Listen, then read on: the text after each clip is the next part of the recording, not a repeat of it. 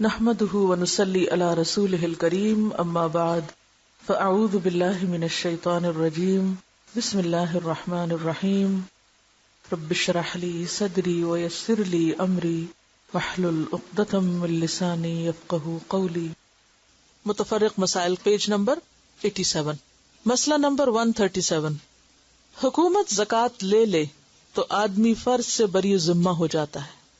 عن انس بن مالک انہ قال اتى رجل من بني تمیم الى رسول اللہ صلی اللہ علیہ وسلم فقال اذا ادیت الزکاة الى رسولك فقد برئت منها الى اللہ ورسولہ فقال رسول اللہ صلی اللہ علیہ وسلم نعم اذا ادیتها الى رسولی فقد برئت منها فلك اجرها واثمها على من بدلها. رواہ احمد. حضرت انس رضی اللہ عنہ سے روایت ہے کہ ایک آدمی نے رسول اللہ صلی اللہ علیہ وسلم سے کہا جب میں زکوٰۃ آپ کے قاصد کو دے دوں تو کیا میں اللہ تعالیٰ اور اس کے رسول کے ہاں بری ذمہ ہو گیا؟ یعنی آپ نے جو نمائندہ بھیجا زکوٰۃ جمع کرنے کے لیے تو کیا میری زکوٰۃ ہو گئی؟ کیونکہ ہمارے یہاں بعض اوقات یہ ہوتا ہے نا کہ فلاں جمع کر رہا تھا، پتہ نہیں اس نے آگے پہنچائی کہ نہیں، پتہ نہیں اب میری زکوٰۃ ہوئی کہ نہیں. یہ ہوتا ہے نا بعض اوقات لوگوں کے اندر. آپ نے فرمایا ہاں جب تو نے مجھے ادا کر دیا تو تو اللہ اور اس کے رسول کے ہاں بری ذمہ ہو گیا.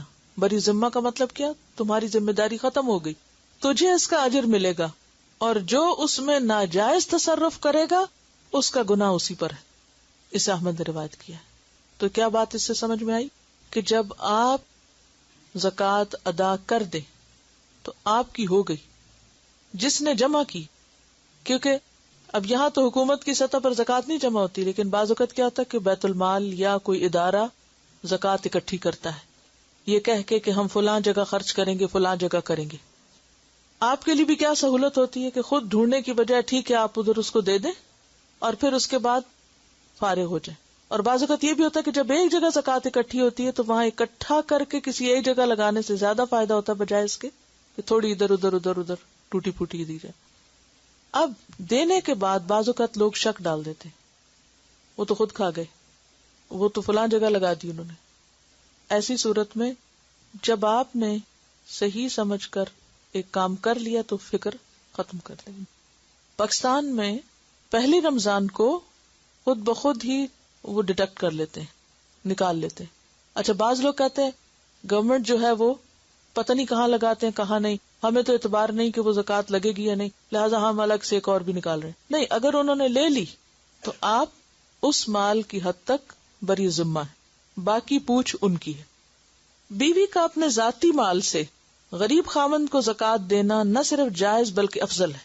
حضرت عبداللہ رضی اللہ عنہ کی بیوی، یہ عبداللہ بن مسعود ہے، حضرت زینب کہتی ہیں کہ میں نے مسجد میں رسول اللہ صلی اللہ علیہ وسلم کو دیکھا، آپ نے فرمایا صدقہ کرو اگرچہ اپنے زیوروں سے ہو. اور حضرت زینب حضرت عبداللہ پر اور کچھ یتیموں پر جو ان کی پرورش میں تھے خرچ کیا کرتی تھی، یعنی یہ خود کماتی تھی اور میاں پر اور بچوں پر خرچ کرتی. انہوں نے حضرت عبداللہ سے کہا نبی اکرم سے پوچھو کہ اگر میں اپنا صدقہ اپنے خاوند اور چند یتیم بچوں کو جو میری پرورش میں ہے دے دوں تو کیا درست ہے؟ حضرت عبداللہ نے کہا تم خود ہی جا کر نبی صلی اللہ علیہ وسلم سے دریافت کر لو. آخر حضرت زینب آپ کے پاس آئیں. وہاں ایک انصاری عورت کو دروازے پہ پایا، وہ بھی میرے جیسا مسئلہ پوچھنے آئی تھی. اتنے میں حضرت بلال ہمارے سامنے سے نکلے. ہم نے ان سے کہا کہ نبی اکرم صلی اللہ علیہ وسلم سے پوچھو کہ اگر میں اپنے خاوند اور چند یتیموں کو جو میری پرورش میں ہے زکوٰۃ دوں تو کیا یہ درست ہے؟ ہم نے کہہ دیا کہ ہمارا نام نہ لینا. حضرت بلال نے آپ سے عرض کیا 2 عورتیں یہ مسئلہ پوچھتی ہیں. آپ نے فرمایا کون سی عورتیں؟ حضرت بلال نے کہا زینب نامی. آپ نے فرمایا کون سی زینب؟ حضرت بلال نے کہا عبداللہ بن مسعود کی بیوی. آپ نے فرمایا بے شک درست ہے اور ان کو دگنا ثواب ملے گا. ایک تو قرابت داری کا یعنی رشتہ دار کو دینے کا، جیسے ہم نے پڑھا ان اللہ یأمر بالعدل والإحسان وإیتاء ذی القربى، تو اس ایتاء میں زکوٰۃ بھی شامل ہے اگر وہ مستحق ہو، ویسے نہیں. تو آپ نے فرمایا ایک تو ثواب قرابت داری کا اور دوسرا زکوٰۃ کا اجر یعنی فرض کی ادائیگی کا. اسے بخاری نے روایت کیا ہے. ٹھیک ہے. اب ایک دفعہ عورت نے اپنی زکوٰۃ نکالی، شوہر کو دے دی، پھر شوہر چاہے بچوں پہ خرچ کرے یا کسی کاروبار میں لگائے یا کچھ بھی کرے، اب اس کی ذمہ داری ختم، یعنی اس کی ادا ہو جائے گی. اچھا، اب اس میں یہ بھی ہے کہ بعض اوقات ایسا ہوتا ہے کہ شوہر کوئی بھی کام نہیں کرتا، معذور ہو جاتا ہے، یا کچھ عورت جاب کرتی ہے، اس کے پاس ہے، یا والدین کی طرف سے ملا، یا کسی بھی طریقے سے کوئی بھی اس کی انویسٹمنٹ ہے. تو ایسی صورت میں بعض اوقات ایسی مثالیں ملتی ہیں، اور اس میں دین کی خوبصورتی آپ دیکھیے کہ کہیں باہر جانے سے پہلے نیکی کی ابتدا گھر سے کی جائے. اپنے عزیز و اقارب اور رشتہ داروں کو زکوٰۃ دینا افضل ہے. حضرت سلمان بن عامر کہتے ہیں کہ رسول اکرم صلی اللہ علیہ وسلم نے فرمایا، مسکین کو زکوٰۃ دینا ایک گہرا ثواب ہے، اور رشتہ دار کو زکوٰۃ دینا دوہرا ثواب ہے، ایک زکوٰۃ کا اور دوسرے صلہ رحمی کا، رشتہ داری کا. حضرت ابو ہریرہ کہتے ہیں کہ نبی اکرم صلی اللہ علیہ وسلم نے فرمایا، ایک آدمی نے کہا کہ میں آج کی رات صدقہ دوں گا. وہ اپنا صدقہ لے کر نکلا اور ایک زانیہ عورت کے ہاتھ میں دے دیا. صبح کو لوگ چرچا کرنے لگے، رات ایک زانیہ کو صدقہ دیا گیا ہے. اس نے کہا، اللہ تعریف تیرے ہی لیے ہے، میرا صدقہ زانیہ کو مل گیا. اس نے کہا کہ آج میں پھر صدقہ کروں گا. وہ صدقہ لے کے نکلا اور ایک مالدار کو دے دیا. لوگوں نے باتیں کی کہ آج کوئی مالدار کو صدقہ دے گیا. اس نے کہا، اللہ تعریف تیرے ہی لیا ہے، میرا صدقہ مالدار کے ہاتھ لگ گیا، میں آج پھر صدقہ کروں گا. وہ صدقہ لے کر نکلا اور ایک چور کے ہاتھ میں دے دیا. صبح لوگوں نے کہا، رات کسی نے چور کے ہاتھ میں صدقہ دے دیا. اس نے کہا کہ اللہ تعریف تیرے ہی لیے ہے، میرا صدقہ زانیہ غنی یعنی امیر آدمی اور چور کے ہاتھ لگ گیا. پس اسے خواب میں کہا گیا، تیرے سب صدقے قبول ہو گئے. زانیہ کو اس لیے کہ شاید وہ زنا سے بچ جائے، غنی کو اس لیے کہ شاید اسے شرم آئے اور عبرت ہو، اور چور کو اس لیے کہ شاید وہ چوری سے باز آ جائے. اسے مسلم نے روایت کی ہے.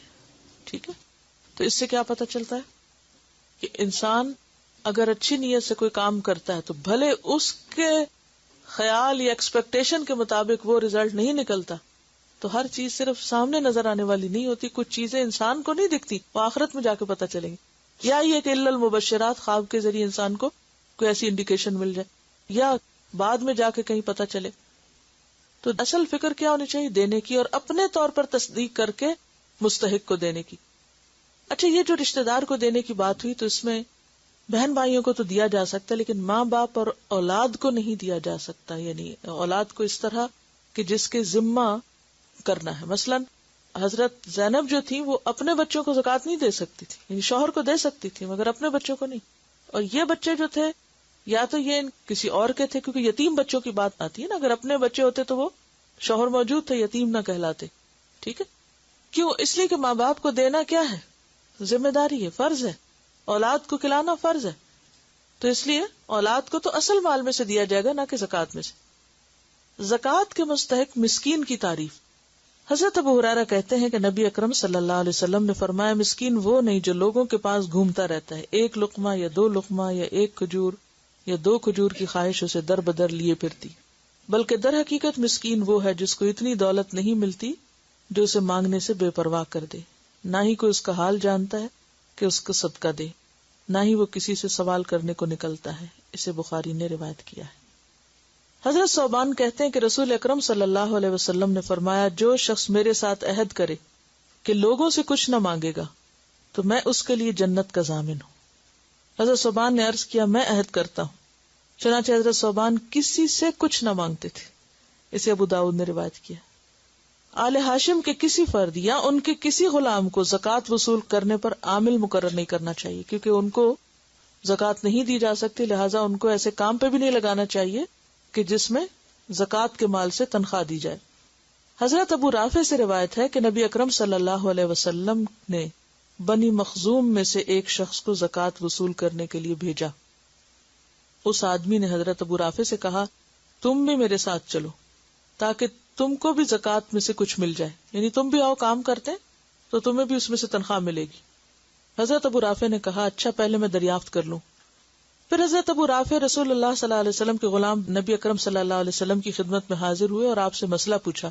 آپ نے فرمایا، قوم کا غلام بھی انہی میں سے ہوتا ہے اور ہمارے لیے صدقہ حلال نہیں، لہذا تمہیں اس کام کو نہیں کرنا چاہیے کیونکہ اس کی تنخواہ تمہارے لیے جائز نہیں ہوگی. مقروض مالدار پر زکوٰۃ واجب نہیں. حضرت یزید بن خسیفہ سے روایت ہے کہ انہوں نے سلیمان بن یسار رضی اللہ عنہ سے سوال کیا کہ ایک آدمی مالدار ہے اور اس پر اتنا ہی قرض ہے، کیا اس پر بھی زکوٰۃ ہے؟ انہوں نے کہا نہیں. اسے مالک نے روایت کیا. یعنی ایک شخص کے پاس 1000 کی کوئی چیز ہے اور 1000 اس پہ قرض ہے, تو وہ بیلنس برابر ہو گیا, کیونکہ اس کو وہ 1000 کس پہ چکانا چاہیے؟ قرضہ ادا کرنے میں, اگر وہ کیش کی شکل میں.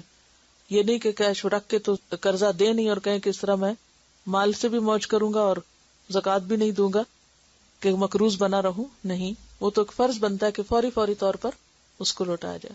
ہاں, اگر 1000 کی کوئی ایسی چیز ہے مثلاً کہ جو اس کے استعمال میں اسے بیچ ہی نہیں سکتا, جیسے کسی کے پاس گاڑی ہے, اب اگر اسے بیچے تو کیا ہوگا؟ بیچ کے اس کا کام باقی کا بھی رک جائے گا.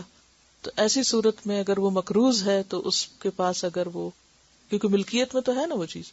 ہاں, ایک اور بات یہ ہے کہ بلا وجہ کا مقروض بنے رہنا اور گھر قرضے پہ لے کر باقی مال کو انویسٹ کرتے جانا اور پھر زکوٰۃ نہ دینا, یہ اس میں شامل نہیں ہے. یہ ایسا قرضہ ہے کہ جس میں آپ اپنی مرضی سے, یعنی کہ قرضہ اپنے اختیار سے لیے اور دیے, اور حقیقی ایسی ضرورت کے لیے کہ جو واقعی ضرورت میں شامل ہے. اب یہ تو سچویشن ایسی ہے نا کہ جس میں اگر آپ کے پاس پیسے ہیں بھی اور آپ دینا چاہیں تو بعض اوقات آپ کا کانٹریکٹ ایسا ہے کہ آپ اس کو پے آف کر نہیں سکتے, یا اور کچھ ایسی وجوہات ہو سکتی ہیں.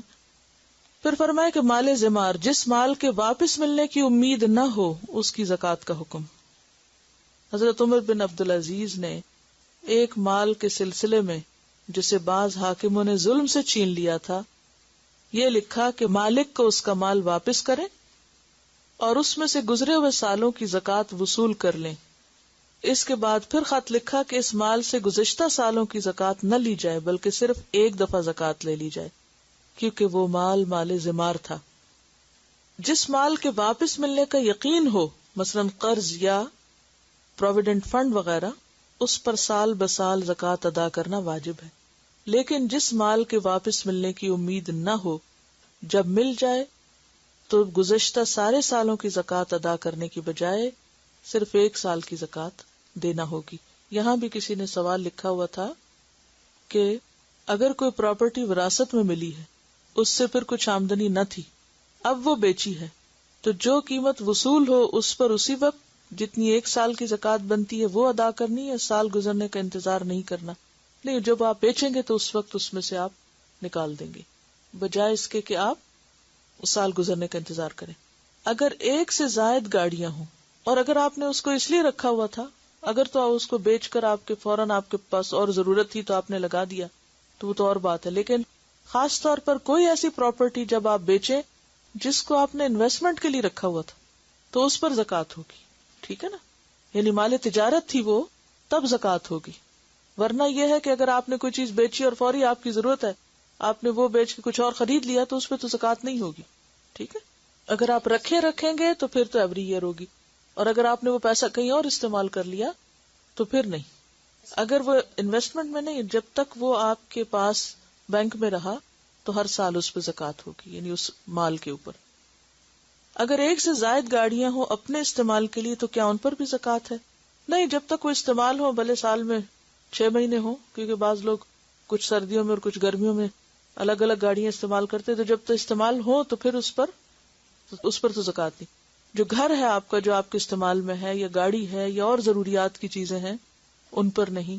جی دیکھیں, جب ڈیو ہو جاتی ہے تو اس کو تو فوراً ہی نکال دینا چاہیے, کیونکہ جو پیسہ زکوٰۃ کا مال میں شامل رہے تو وہ اس مال کو بھی برباد کرتا ہے, تو اس لیے اس کو اس میں شامل نہیں رہنا چاہیے, اس کو تو نکال دینا چاہیے. الا یہ کہ ہے ہی نہیں اب کہ آئے گی تنخواہ تبھی نکل سکے گا, وہ تو ایک اور بات ہے. لیکن یہ ہو سکتا ہے کہ آئندہ سال کی وہ ابھی سے ہی تھوڑی تھوڑی دیں, تاکہ جس دن ڈیو ہو اس دن وہ پوری ہو چکے.